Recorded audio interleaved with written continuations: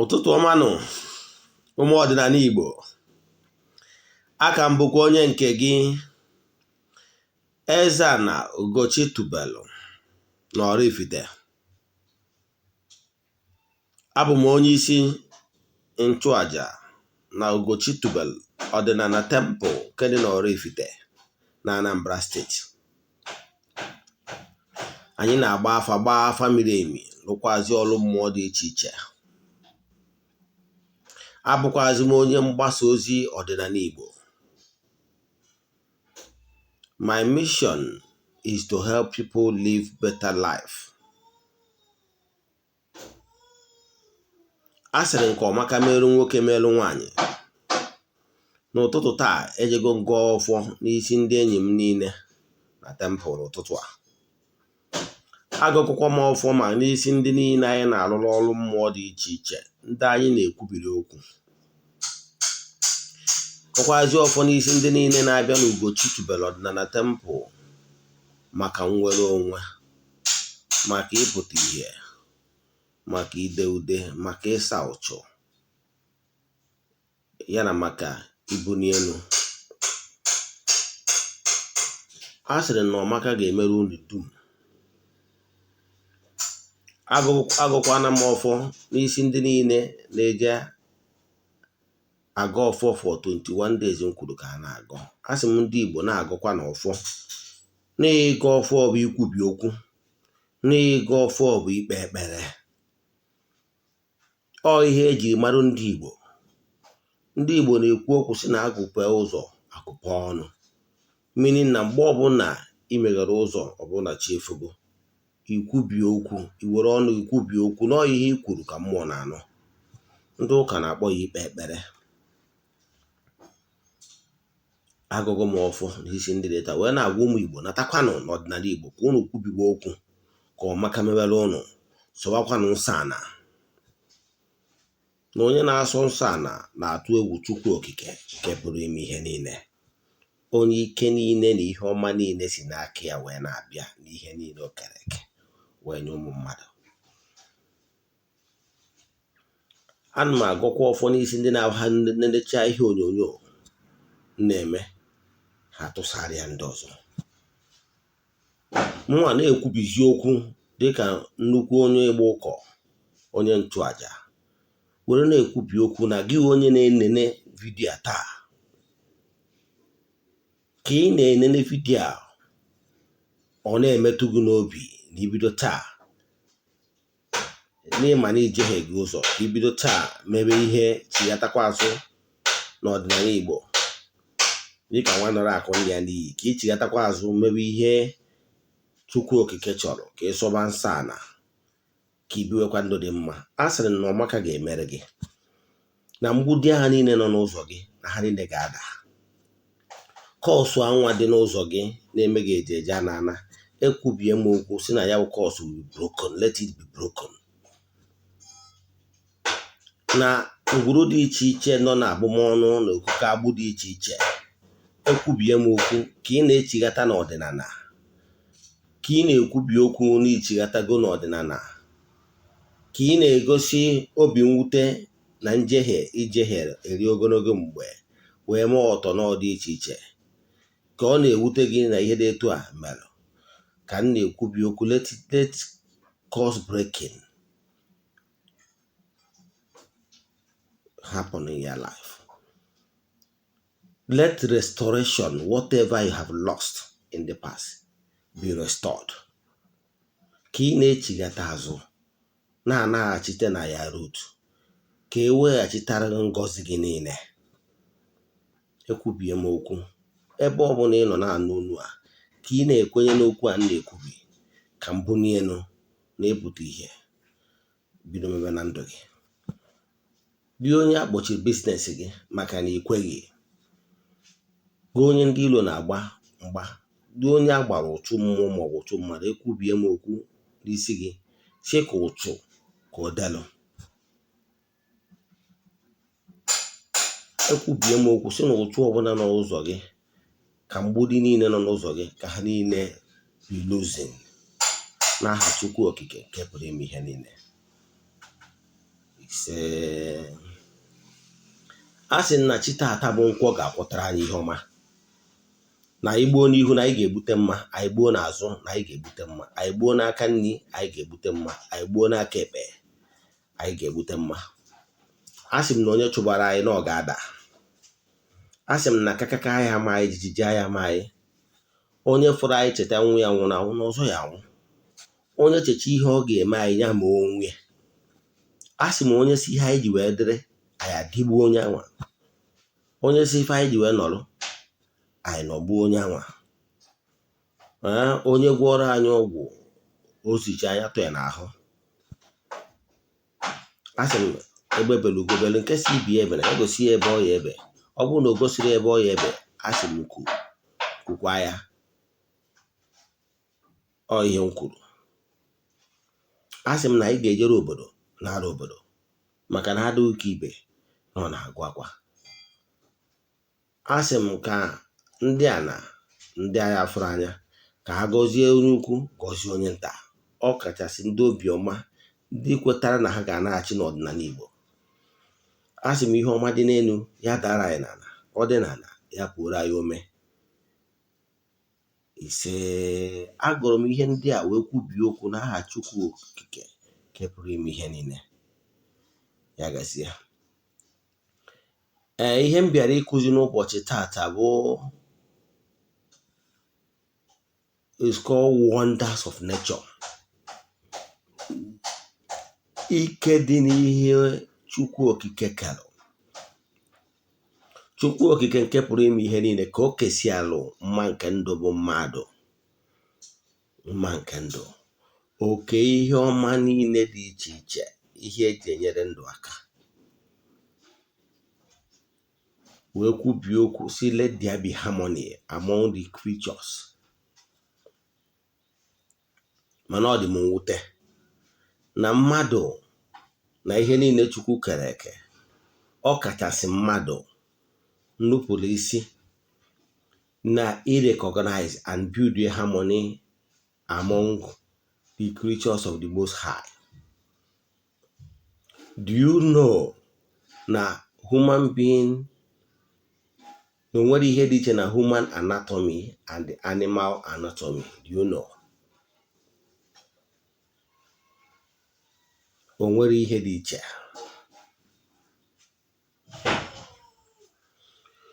Do you know that human being need plants? Kwesịrị ibuild relationship, harmony with the creatures, name them plants, for the benefit of man. Nature agwaga anyị na human being na-breathe in oxygen, na-breathe out carbon dioxide. Then those plants breathe in carbon dioxide and bring out oxygen, meaning not the wish of the Almighty in creation na ha ga-enwe harmony between man and the creatures. Those ihe okike niile na-afụ, name them, the plants, the grass, they are not on earth for nothing. But like I always say, what you don't know is only a mystery to you and not to all. It is only a mystery to you and not to all.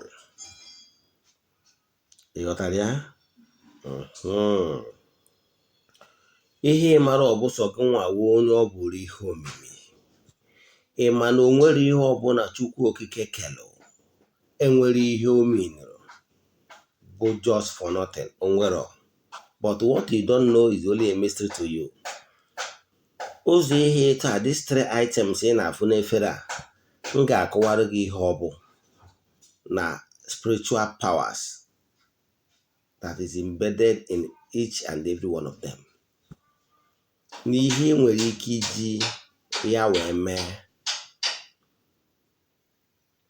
for protection, nchekwa, ya na maka ngozi na agamniru ndị ọzọ sienụ. Do you know why you are suffering? You are suffering because you are ignorant of forces of nature. You are ignorant of how things work. Let me give you an example. Paint a picture, the power that is in creation. Ị ma na o nwere plant ị nwere ike ịkụ na be gị. Reptiles, maybe call it snake, will not enter your house because of fragrance.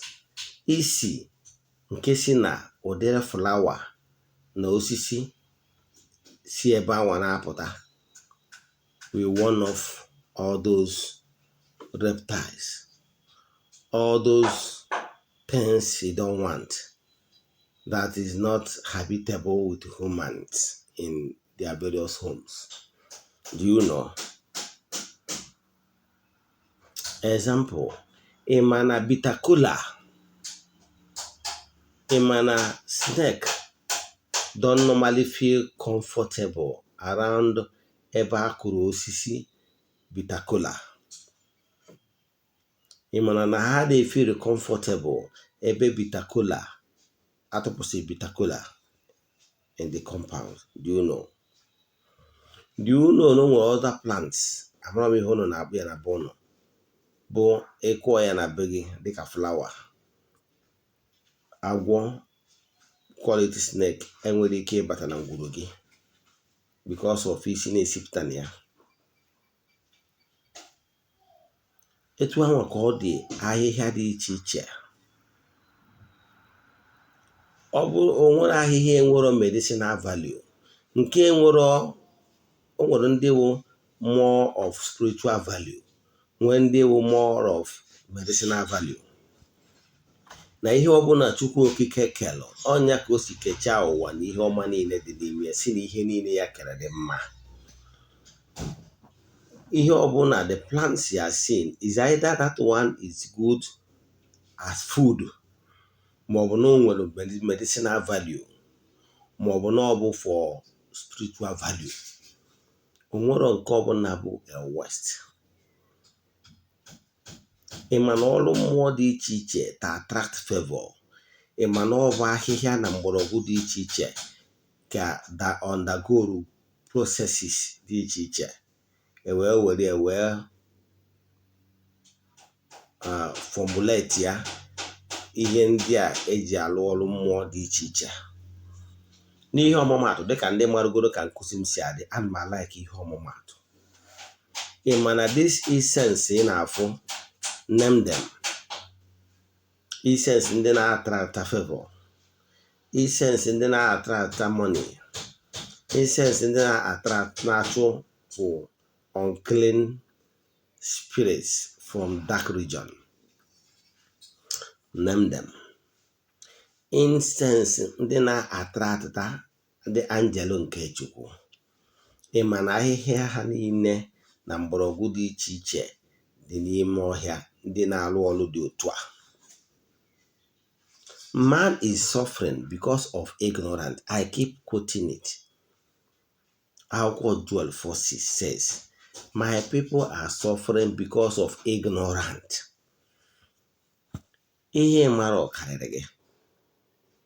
But instead of you to be humble enough to learn from somebody that is gifted in that field to guide you, out of your ignorant and stubborn at the same time, mpako omegi na nwere ike pay attention ka ịmata ihe ịmaghị. Taa nkụzi agwa m bịa kụzie bụ ihe kwesịrị ịma ka ị wee kwụrụ ka nwoke si akwụ, ka ị wee kwụrụ n'ụkwụ gị na-abụ, ka ị wee kwụsị ịkụ ọta, ka ị wee kwụsị ịba arịrị. Like I always say, my mission is to help people live better life.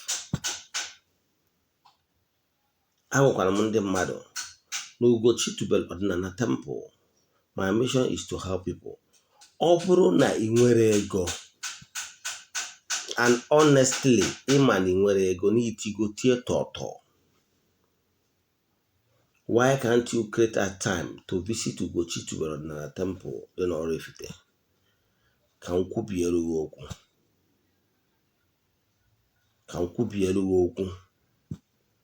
Ka ịpụta ihe.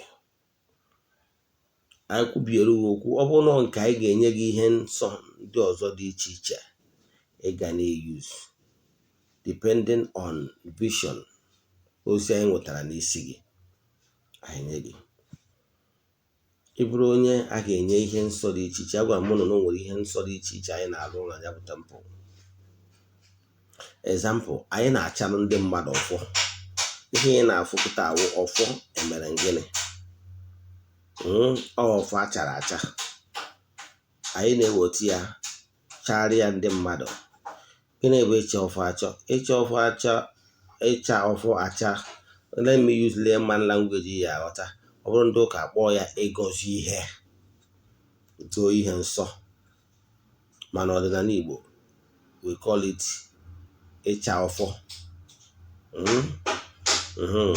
Ịcha ọfọ a bụ na naanị ejiri, o nwere ụfọdụ ihe Chukwu kelụ eji amacha ọfọ.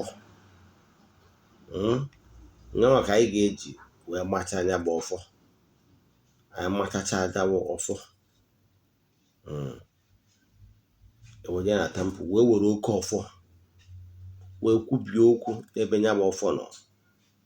Otu ihe ndị ọzọ niile rituals anyị ga-eme wee fortify that ọfọ. Ọma abụzi ordinary piece of wood. Ọma abụzi ordinary ọfọ. Ọfọ anyị na-ene anya bụ ọfọ achara acha. Obi ike. Then anyị nwekwalụ favor powder. Yes, enwere ihe ndị anụrụ anụ, ihe ndị achara acha dị n'ime ya ka o wee pụta ike. Anyị nwekwazịrị anointing and favor oil. Anyị nwekwazịrị ncha eji asa uchu and favor. Anyị nwekwazịrị cleansing water and favor water. Then ndị bịakwazịrị abịa, o dependere kesi onye. O nwere ndị na-eje na temple jee yọọ ayụyọ etu o si dịrị ha, jee n'ihu a na ebe nchụaja jee yọọ ayụyọ, drop all their petition. Very soon, Ugochi tubelu ọdịnala temple, ọ bụrụ na alụsịa the living house of Eze-Ana Ugochi tubelu ọdịnala temple, o nwere beside our obi, o nwere ebe anyị chọrọ ime like angel field. That angel field bụ ebe a consecrate n'ọka Holy Land, ebe a ga-akpọku aha Chukwu okike pụrụ ime ihe niile, ebe ndị ozi nke Chukwu okike ga na-abịa na-anara aja, na-eburukwasị arịrịọ na ekpere ụmụ mmadụ wee buga ya n'ebe a ga-aza. That angel field ga-enwe lots of flowers according to direction ndị kpọrọ m ọlụ si wee direct a ga-esi wee hazi ya wee ebe. Before December, ya wee ebe ga-adị. But meanwhile, ndị na-abịa na temple ma na-enwelu ebe nchụaja mmadụ na-eje yọọ arịrịọ. Ndị angelo nke Chukwu, ndị ọlụ ha bụ ije ozi n'ebe a waiting for you to come to help you in supplication. Maka na altar ebe ekwubido okwu bụ ewube. Ekuzi na ọta. Ka bụ ihe m chọrọ ịkọwalụ. Echefukwana na Ugochi tubelu ọdịnala temple na anyị na-agba afa mgbe na-eme. Ịgba afa ya na-akwụ ụgwọ.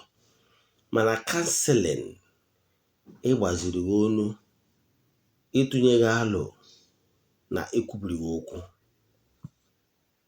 anyị na-eme ya kwa ụbọchị ụka maka ndị niile ga-abịa na ya bụ temple bịa gba ụkwụ na ya bụ temple, maka na anyị na-aga ọfọ na-ekwu na onye ọbụla bịa na ya bụ temple gbaa ụkwụ na temple a na ụkwụ ọ ga-eji wee na karịrị nke o ji wee bịa. Maka ndị dị etu anyị kwu na counseling is free every Sunday ọbụla 8 a.m. to 2 p.m. mana echefukwana ụbọchị ọbụla ị ga-abịa ime m ịgwa m agwa na ị ga-abịa, maka na anyị na-ebuku ya ebuku. Achọrọ m ka abịa ụbọchị a ka crowd dị too much, maka na from 8 and stop by 2 p.m. so ịgwa m agwa ebuku dị sure n'ụbọchị anwa na m gwara gị bịa na ị ga-abịa ụbọchị anwa. Anyị mere ka oge na-erute onye ọbụla, mana achọrọ ka crowd dị too much ka m nwee ike attend to each and every one of you. It's my mission, so therefore ma try onye nwere ike ịfụ na mụ na onye ọbụla bịa nọ dị satisfied and bịa nweta nkwubi okwu n'ọnọdụ ya, enwekwa solution for all your challenges of life. Ndị anyị ga-enyekwanụ ndị ihe nsọ ndị ọzọ dị iche iche nye ha, ndị ụkwanụ na ọnọdụ ha bụ n'idiri cost breaking na a ga-ekwubiri ha okwu wee tụọ ha n'agbụ mmụọ maọbụ mmadụ kere ha, anyị emekwa ihe dị n'ofu. Ndị ọgwụkwa na ha n'idiri ekwubichara ha okwu enyeghị ha ihe nsọ emekwa n'ofu. Ekwu na counseling bụ free, but echefukwana na mgbe ọbụla ị ga-abịa ka ibu ukwuo ka ị dị sure na ebe ụbọchị anwa ka a ghara inwe overcrowded dịka nsi wekwu. Then that is my mission.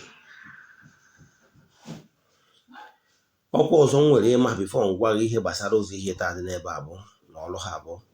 Echefukwana na 18th nkwọ na-abịanụ 4 days today ka Eze-Ana Ugochi tubelu na temple na iri ji. Ọ bụ nnukwu mmemme, maka na mmemme oge owuwe ihe ubi, the season of the year when the Almighty, the creator of the whole universe, pour his blessing upon his creatures for the renewal na mgbanwe na mmepe ụzọ ya na ihe ọhụrụ ibido mebe na ndụ. N'ụbọchị ahụ anyị ga-ebupụta nnukwu ọfọ wee gọọ ọfọ wee gọzie ndị enyi anyị dị iche iche. Enwekwazịrị aja dị iche iche anyị ga-achụ n'ụbọchị ahụ. Enwere ndị anyị ga-achụrụ aja mbunielu, nwee ndị anyị ga-achụrụ aja inye ekene, aja ihu ọma, open doors wee dịrịzie gaba. Ọ bụrụ na ị chọrọ ka ị so na ndị a ga-achụrụ aja dị iche iche n'ụbọchị ahụ, ekwuru m na o nwere ndị ga-achụ aja ebuno, nwee ndị ga-achụ aja oke ọkpa na nnekwu, nkwazi ndị a ga-achụrụ aja ahịrị n'igwe. In mass, a lot of people a ga-edepụta afa ha niile wee kwubie okwu n'isi onye ọbụla n'ime ha ma chụkọtazi ya bụ aja ọnụ wee break cost na each and every one of them, then choose ya bụ aja maka mbunielu. Ọ ihe ndị a ga-arụ n'ụbọchị ahụ, ọ nnukwu ụbọchị. A lot of testimonies na-abịa, mana ọ na m abụrụ onye na-eshi testimony. Enwere a lot of people na-abịa eshi ya testimony na ha bidogo mebe ihe ndị anyị si ha mebe and na egwu ọma agụbagoro ha. O nwere ndị bụ na testimony ha bụ na ha lụchara ha ọrụ ihe ọma mebe. Ụfọdụ bụ ndị na ha bido gọba ọfọ, ụfọdụ bụ ndị bụ na ha yuzuru akwa izi iwe ha bido fụwa testimony. Name them. Abịrọ m ka m bịa show testimony, mana ana m agwa gị na ihe ọma na-eme n'ebe ihe ọma na-emere ndị ọzọ na ọ ga-emere gị. N'ihe dị maka ịbịa n'ụbọchị taa, ihe a bụ ọfọ, a na-akpọ ya ọfọ emere ngịnị, meaning na ọfọ a ọfọ iji wee jidere nwoke ọfọ, jide nwaanyị ọfọ, adị egbusa ya ọbara. Nzu na edo na nkwụ ọkụ ka a na-atụrụ ya. Ọ bụrụ na anyị chasịa ọfọ a acha were enye gị, it will help you and protect you. Onye ọbụla sị ka ọ bụrụ gịnị ya ọ bụrụ nyara ọfọ a onye chụpụrụ na ọ ga-adarịrị, because ọfọ is a staff of authority. The concentration of power. Ọfọ a bụ ihe iji n'aka wee na-ekwubi okwu. Onwe supernatural power dị Chukwu okike nke pụrụ ime ihe niile tinyere n'ọfọ. So enwetazi eje na temple chaa acha. Nke ya mara gị ihe dị ihe alligator pepper. Yes. Nke a bụ aki inu Botanical.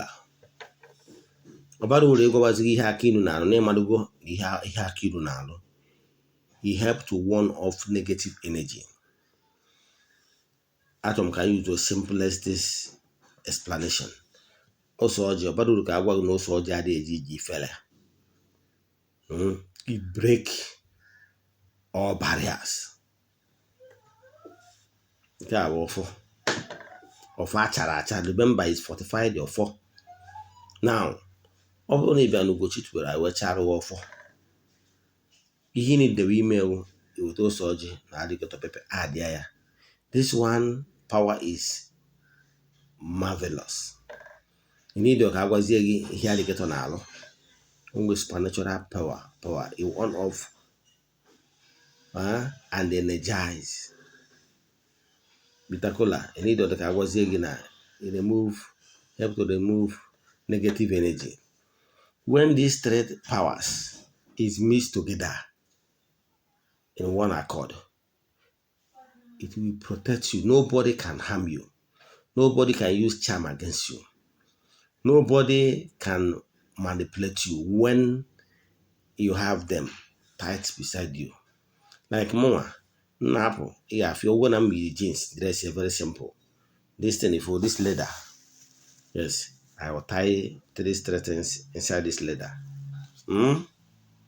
Use all my hanky wear up wire, tin my trouser jeans. No one I'm back. Oborom ke na akwa ogwu. Ihe na-ekwu ụbọchị nchọrọ nnọkwa nọkwa eweta m ọfọ a chaji ya na eke esi recharge ọfọ a. Ebere ihe abụ powderize nzu isi. Na taa ana m atụrụ gị nzu na taa bụ nkwọ. Na-atụrụ gị na eke, na-atụrụ gị na orie, na-atụrụ na afọ. Wee kwubi okwu na taa na m si onye ọbụla sị ka ọ bụ m na enya bụ nyara ọfọ a. Efere nkwụ ọkụ, this is hot. Ọ hot dị n'ime, obere hot dị n'ime, yes. Onwe hot asị na m na-atụrụ gị nkwụ, tata nkwụ. Na-atụ na eke, na-atụ na orie, na-atụ na afọ. Fere n'ụbọchị naanị. Onye ọbụla sịrị ka ọ bụ m na ya bụ nyara ọfọ a. Efere ya na nkwubiri okwu, then werekwa ose ọjị. Nnọchazie ruo mgbe m apụ, I will tie them together. Either I'm tied together na this leather. Fold ya. O nwere ụdị akpa ụfọdụ ị ga na-afụ ndị big man ụfọdụ na-ebu na-akpa abụ na-enwe zip. Ekechicha ha ịtọ kekọ ha ịtọ ọnụ, iwere emeghe that zip tinye na-akụ zip ahụ zip oye. Onye bụ ụfọdụ big man efe ha akparị ya na-akpa abụ. O nwere ebe akpara location oru ọ nọ na were dọkwasa na ụkwụ ya. Ọ ihe odogwu jigodo odogwu. Ifere ihe akịta na ọ bụrụ ọgwụ.